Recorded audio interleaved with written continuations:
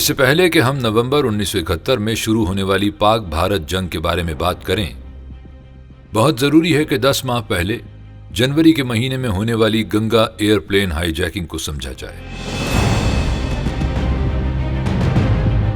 کیونکہ یہی وہ قصہ ہے جس کے بعد بھارت نے پاکستان پر اپنی فضائی حدود استعمال کرنے کی پابندی لگا دی تھی۔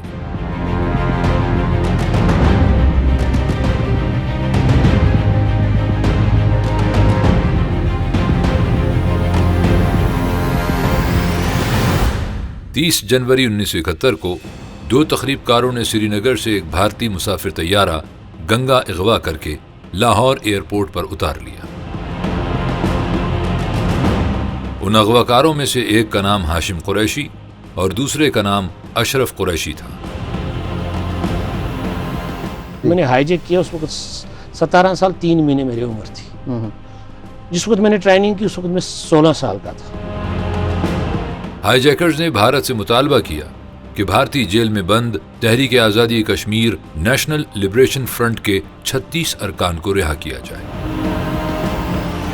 اسی روز ذوالفقار علی بھٹو ڈھاکہ سے لاہور ایئرپورٹ پہنچے اور محض چند گھنٹوں کے مذاکرات کے بعد ذوالفقار علی بھٹو نہ صرف 26 مسافر بحفاظت بازیاب کروانے میں کامیاب ہوئے بلکہ اغواکاروں کو اپنا مطالبہ چھوڑنے اور سرنڈر کرنے پر بھی رضامند کر لیا۔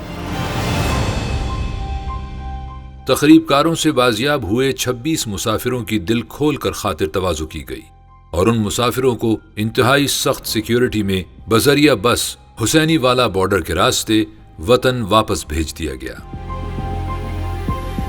گنگا ہائی جیکنگ کے بعد بھارت نے ذوالفقار علی بھٹو کے اغوا کاروں کے ساتھ نرم رویے کو جواز بنا کر پاکستان پر اپنی فضائی حدود کے استعمال پر پابندی لگا دی۔ پہلے پاکستان کے دونوں حصوں کے درمیان کا ہوائی سفر صرف 2 گھنٹے کا تھا۔ بھارت کی فضائی حدود پر پابندی کے بعد یہ سفر 10 گھنٹوں سے زیادہ کا ہو چکا تھا۔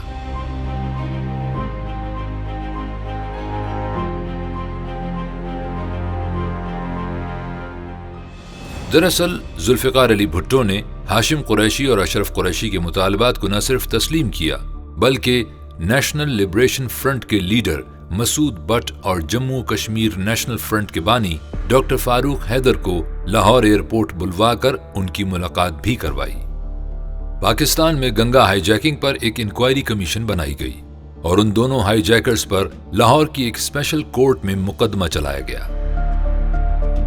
کورٹ ٹرائل میں یہ بات سامنے آئی کہ انڈین ایئر لائنز کا F-27 فوکر فرینڈشپ طیارہ دراصل 5 سال پہلے پرواز کے لیے منسوخ کیا جا چکا تھا۔ مزید یہ کہ اس فلائٹ میں سفر کرنے والے تمام لوگ انڈین سروسز پرسنل اور ان کے اہل خانہ تھے۔ گنگا ٹرائل کیس میں اغواکاروں سے برآمد کیے گئے ہتھیار یعنی پستول اور گرینیڈ کو ایگزامن کرنے پر پتہ لگا کہ وہ اصلی ہتھیار نہیں بلکہ بچوں کے کھلونے تھے۔